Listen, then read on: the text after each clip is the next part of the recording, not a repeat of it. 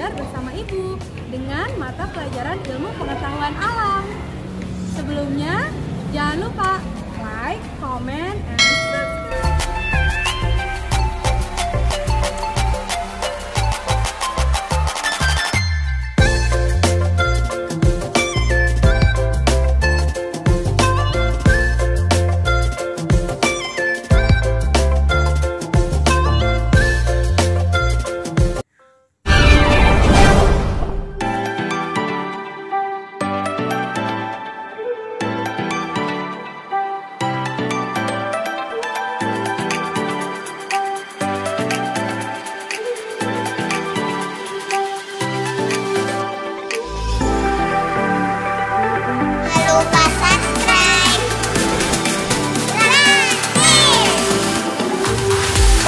Tombol loncengnya. Baik anak-anak, sudah menyaksikan ya tadi di video pembukaan apa yang kalian lihat? Betul, yayasan tercinta kita, tempat di mana kalian menuntut ilmu. Di sana kalian bertemu dengan teman-teman, pasti rindu ya. Sama ibu juga sangat merindukan kalian.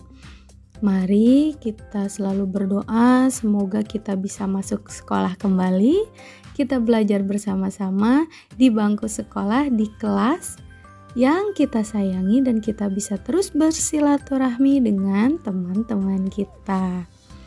Baik, dari jalanan yang sudah kalian saksikan tadi, apa sih yang kalian rasakan? Jika kalian berada di jalanan seperti itu, lalu lalang, kendaraan, motor, mobil, dan lain sebagainya, banyak ya.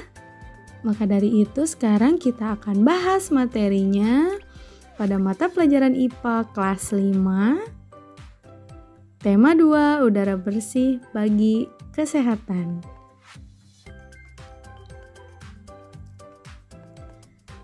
Nah, sekarang yang akan kita bahas subtema 2, masih ingat kemarin yang kita pelajari di subtema 1? Apa yang kita lakukan? Iya, kita kemarin sudah bernyanyi tentang organ pernafasan pada hewan. Dan kita sudah belajar berpresentasi, mempresentasikan gambar yang kita buat dan menjelaskan apa sih yang ada di gambar itu. Gambar apa kemarin? Iya, gambar tentang organ pernafasan pada manusia. Pinter ya, semoga dengan bernyanyi dan menghafal serta berlatih mempresentasikan, kita dapat mengingat materi tersebut sampai kapanpun. Ketika kalian menemukan soal atau latihan, kalian sudah tidak asing lagi ya. Kita lanjutkan. Nah, berhubungan dengan gambar, video, film, short movie yang tadi kita saksikan, apa sih hubungannya dengan dunia yang hijau ini? Kita melihat dunia yang hijau di sini ya. Udara bersih. Nah, tadi ibu bertanya, apa yang kalian rasakan jika kalian berada di antara kendaraan yang lalu lalang? Tentu, kita merasakan sesak, kita merasakan pengap, dan udaranya itu sudah terkontaminasi dengan virus, dengan polusi-polusi yang berasal dari kendaraan tersebut. Sekarang, apa sih yang disebut udara bersih? Ada yang tahu? Kita bahas bersama ya. Udara bersih adalah udara yang banyak mengandung oksigen. Rata-rata udara bersih ini bisa kita temukan ketika kita bangun tidur. Saat kita hendak sholat subuh, kita membuka jendela dan masuklah oksigen udara bersih ke tubuh kita, di mana kita menghirup, kita merasakan segar, dan karbon dioksida yang kita keluarkan juga terasa segar karena udara yang kita hirup sangat segar. Maka dari itu, kenapa kita harus membuka jendela di kamar kita setiap pagi hari, terutama pada waktu subuh? Iya, agar udara segar bisa masuk ke rumah kita dan kita bisa menghirup udara sehat setiap harinya.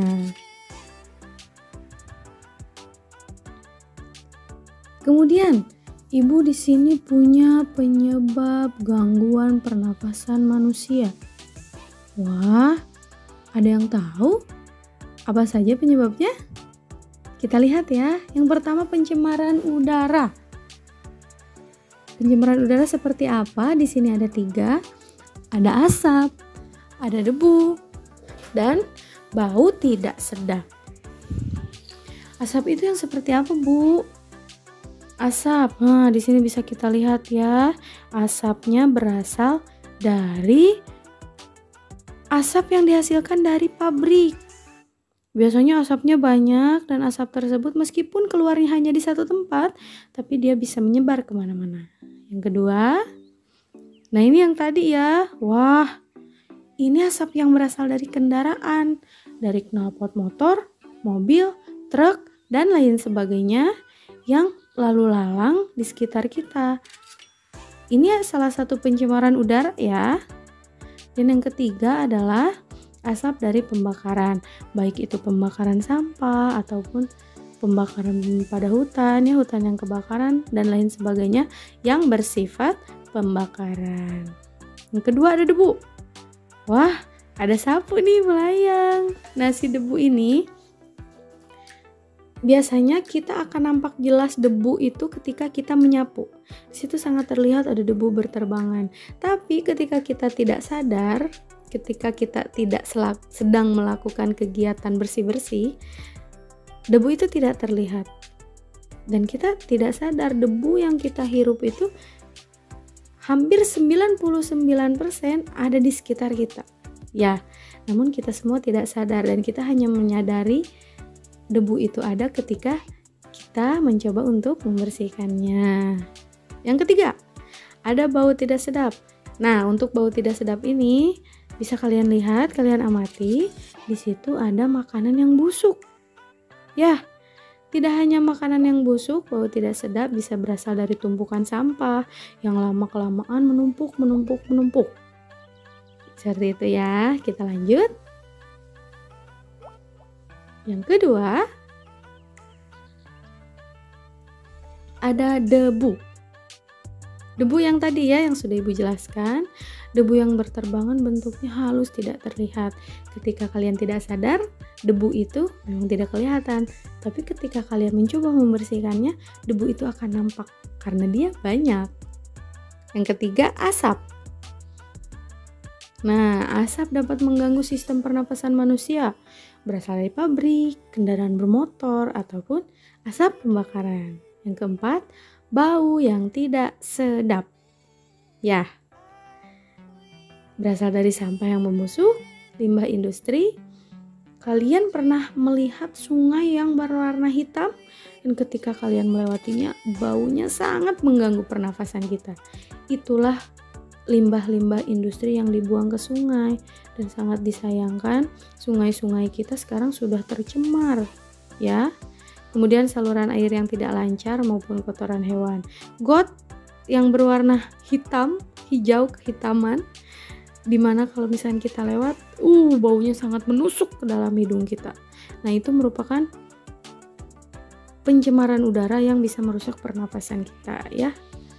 Kotoran hewan juga sama. Nah, yang kelima ada kuman penyakit.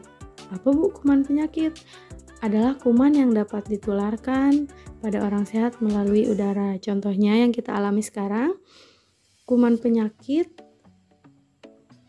pada saluran pernapasan salah satunya COVID-19, di mana kita harus terus memakai masker agar virus atau kuman yang ada di tubuh kita tidak tersalurkan kepada orang lain. Seperti bersin atau flu, influenza, itu adalah kuman penyakit yang bisa menular melalui udara. Masih ada penyebab gangguan pernapasan yang keenam, kurang berolahraga.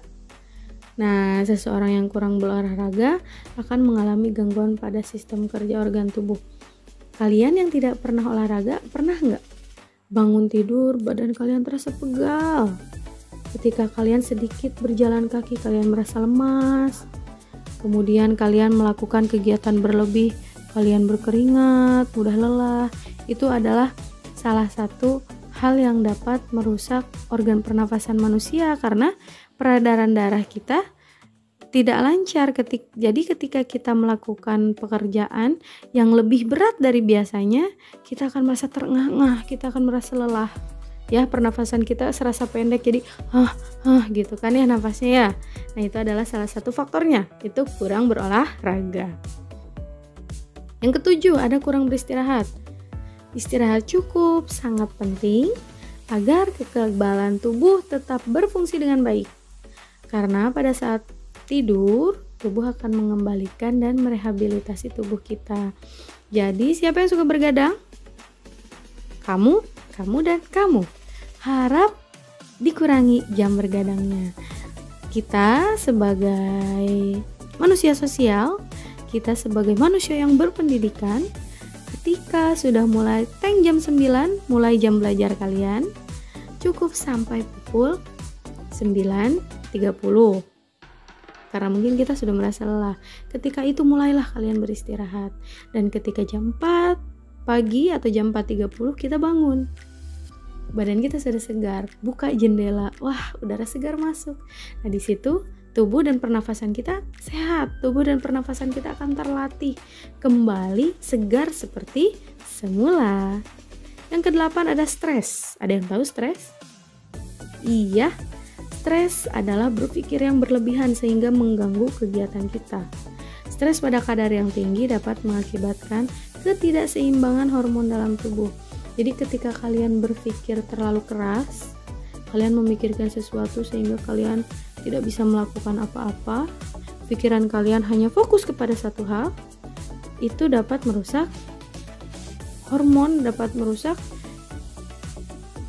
kegiatan yang akan kalian lakukan, dan itu sangat tidak baik untuk kesehatan tubuh kita dan pernafasan kita. Wah, ada apa ini? Dampak asap rokok bagi kesehatan. Ayo dibuka LKS-nya ya, tema 2 halaman 31 bisa kita baca di sini. Dampak asap rokok, makanya kita sering melihat iklan rokok dapat menyebabkan kematian, kanker, gangguan kehamilan dan janin dan lain sebagainya. Inilah bahaya rokok.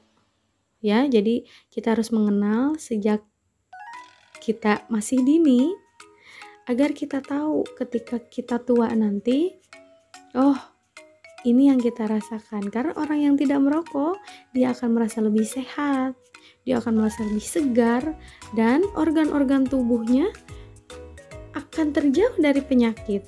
Ya nak ya, seperti itu ya. Lebih jelasnya baca kembali pada LKS tema 2 halaman 31. Wah, ada apa ini? Penyakit pada sistem pernafasan. Yang pertama ada influenza. Hacim, ya, itu influenza. Yang kedua ada sesak nafas. Dan yang ketiga ada asma. Yang keempat ada TBC atau tuberkulosis. Ini adalah penyakit-penyakit pada sistem pernafasan. Kemudian masih ada penyakit pada sistem pernafasan. Ada asfiksi, terganggunya pengangkut O2 ke sel atau jaringan tubuh.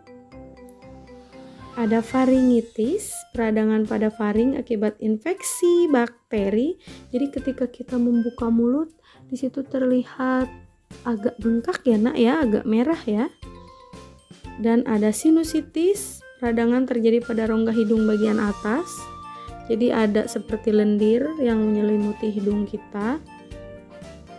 Dan ada bronkitis, gangguan pada cabang batang tenggorokan akibat infeksi. Nah ini ada paru-paru kita yang awalnya dia bersih karena infeksi. Wah, terjadi tuh ada virus-virus yang melekat sedikit-sedikit ya.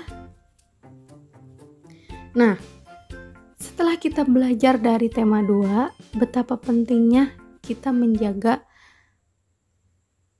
organ pernafasan kita agar terjauh dari macam-macam penyakit yang tadi Ibu perlihatkan. Ya, akibat-akibat yang akan terjadi ketika kalian tidak melakukan hal-hal yang menjaga organ tubuh kita dan organ pernafasan kita. Jadi sebisa mungkin kita hidup sehat dan menjaganya dengan baik. Kita lanjutkan. Subtema 3 ada memelihara kesehatan organ pernafasan manusia. Di sini caranya. Yang pertama, wah ada dunia tersenyum. Apa yang terjadi? Bahaya asap pembakaran. Nah ini asap-asap yang kita temukan.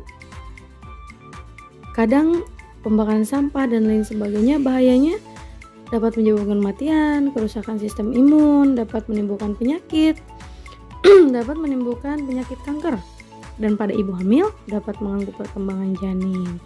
Nah sebaiknya jika kalian mau membakar sampah dan lain sebagainya, cari tempat yang memang jauh dari kerumunan orang agar tidak mengakibatkan penyakit yang menimbulkan kerugian bagi dirinya. Sekarang ada pencegahannya. Bagaimana Bu Guru? Kita menggunakan masker, jauhi sumber asap, tutup ventilasi rumah menggunakan handuk basah, kurangi aktivitas luar yang banyak asap. Seperti itu ya. Dan ada juga merawat organ pernafasan. Nah, cara merawat organ pernafasan agar terjauh dari penyakit, menjaga kesehatan organ pernafasan. Kemudian yang kedua, mencegah zat-zat yang merusak organ pernafasan. Yang ketiga, merawat organ pernafasan. Dan yang keempat, menjaga kesehatan lingkungan sekitar. Makan makanan yang bergizi, olahraga teratur, istirahat yang cukup, dan posisi tidur yang benar. Itu yang pertama. Yang kedua, mencegah zat-zat yang merusak organ pernafasan, menggunakan masker, mengurangi konsumsi makanan dingin, karena kebanyakan memakan atau mengkonsumsi makanan yang dingin dapat merusak paru-paru kita. Jadi alangkah baiknya diimbangi dengan air hangat, makanan yang hangat, seperti itu ya nak ya. Hindari konsumsi banyak gula dan bahan kimia makanan. Jadi boleh kita memakan makanan cepat saji atau minuman yang teh kotak dan lain sebagainya, tapi jangan terlalu sering. Karena makanan dan minuman tersebut banyak mengandung gula dan bahan kimia pada makanan yang secara tidak langsung sedikit demi sedikit menggerogoti kesehatan tubuh kita ya. Yang ketiga ada membersihkan rongga hidung secara teratur. Ada yang tahu? Iya, maaf, mengupil. Jadi kita harus mengupil secara teratur. Kita membersihkan rongga hidung karena bulu-bulu halus yang ada di dalam hidung kita itu berfungsi sebagai apa? Sebagai penyaring kotoran yang masuk melalui hidung. Jadi alangkah baiknya kita bernapas melalui hidung. Meskipun bisa bernapas melalui mulut, tapi melalui hidung, lendir-lendir dalam hidung kita, bulu-bulu halus yang ada dalam hidung kita itu berfungsi sebagai penetralisir atau pemilah, penyaring udara-udara bersih yang akan masuk ke dalam tubuh kita ya. Dan memeriksa kesehatan pernapasan ke dokter secara teratur. Yang terakhir, menjaga kesehatan lingkungan, ventilasi rumah yang cukup agar udara yang masuk dan udara yang keluar itu bisa bebas, membersihkan ruangan, membersihkan udara, membersihkan suhu tubuh yang ada di rumah itu bisa keluar dengan mudah dan udara bersih bisa masuk dengan mudah, seperti itu ya. Kemudian menjaga kesehatan lingkungan, bebersih, membuat udara bersih dengan reboisasi. Sekitar rumah kita harus menanam pohon, menanam banyak pohon agar udara bersih bisa terus tumbuh dan udara kotor bisa diserap oleh pohonnya dan kita bisa menghirup udara bersih dengan bebas. Dan yang terakhir ada mencegah ruangan atau kamar lembab. Caranya dibuka jendela agar matahari bisa masuk dan udara juga bisa masuk. Oke, sampai sini paham? Ada yang mau ditanyakan? Jika ada yang mau ditanyakan, langsung tanyakan kepada Bu Guru.